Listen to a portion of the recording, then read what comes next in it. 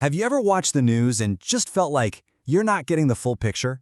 Well, today, we're going to pull back the curtain and look at the powerful and often invisible forces that shape pretty much everything you see and hear. So let's dive in. It seems like a simple question, right?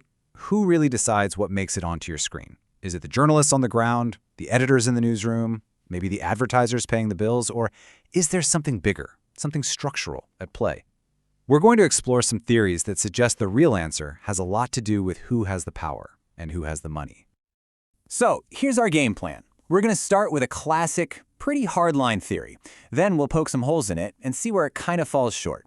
After that, we'll see how that original idea evolved into something way more subtle, a powerful model of influence that actually gives us a really practical way to look at the media landscape today. All right, first up, the traditional Marxist view.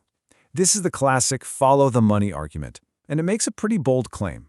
The media isn't some neutral window on the world. Nope, it's an active, powerful tool used by the people at the very top of society.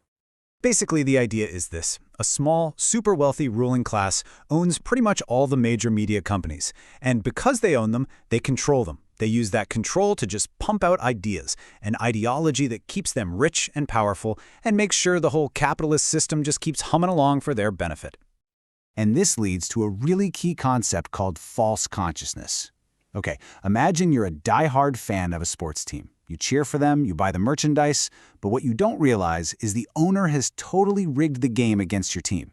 You get excited about the small wins, but the whole system is set up to make sure you never actually win the big one. That's false consciousness. You're unknowingly rooting for a system that's actually working against you. So how do they pull this off? Well, according to the theory, it's by repeating the same core messages over and over and over. The media constantly celebrates capitalism, tells us that massive inequality is just natural, the way things are, and paints any other way of doing things as crazy or even dangerous. A perfect example? The whole austerity narrative after the 2008 financial crisis. The media pushed this idea that everyone had to tighten their belts, which, if you look at it through this lens, was a brilliant way to shift the blame and the burden away from the very people who caused the mess in the first place. Okay, but hold on a second.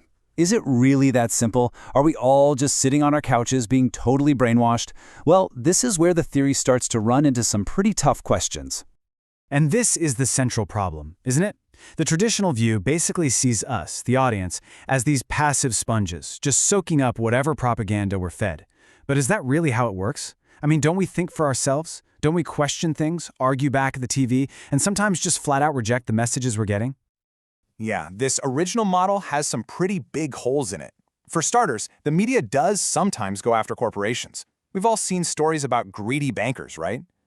Plus, the so-called ruling class isn't some unified club where everyone agrees on everything. And today, with the internet and social media, the idea that anyone can totally control the flow of information seems, well, a little outdated.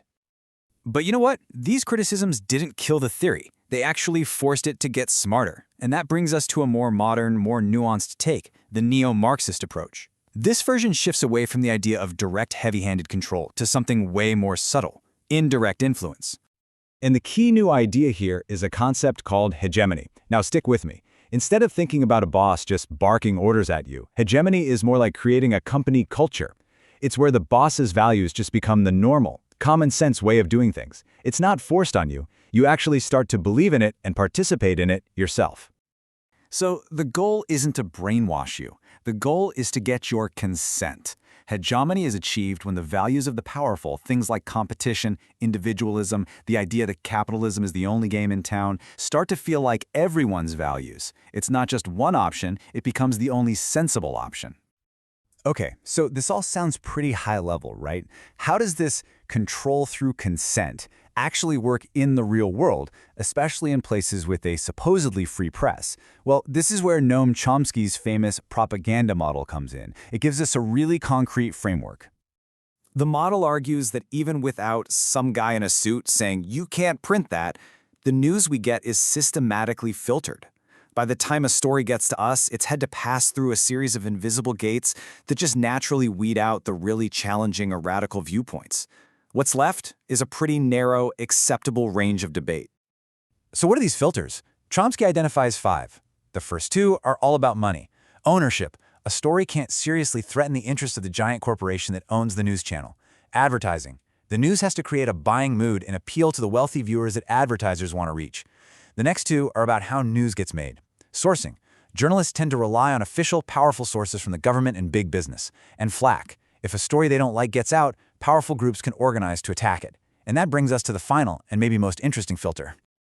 The ideology of fear.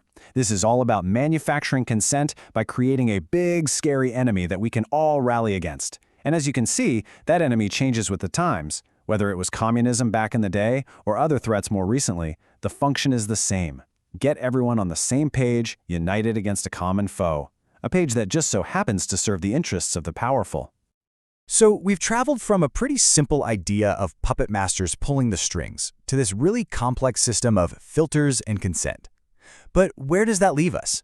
Let's try and wrap this all up. Now, it is super important to get this right. These theories aren't saying there's some secret conspiracy in a dark room somewhere. They're analytical tools. They're a lens for us to look at the media more critically. And yeah, of course, media outlets do sometimes expose corporate greed or government corruption. But these theories force us to ask a really tough question. Are those big exposés the rule, or are they just the exceptions that prove it? At the end of the day, these frameworks aren't meant to give you easy answers. What they do is give you much better questions. So, the next time you're scrolling through your feed or watching the evening news, just ask yourself, who's telling me the story? Whose point of view is being centered? And maybe, most importantly, what stories and what voices aren't being heard at all? It might just change the way you see everything.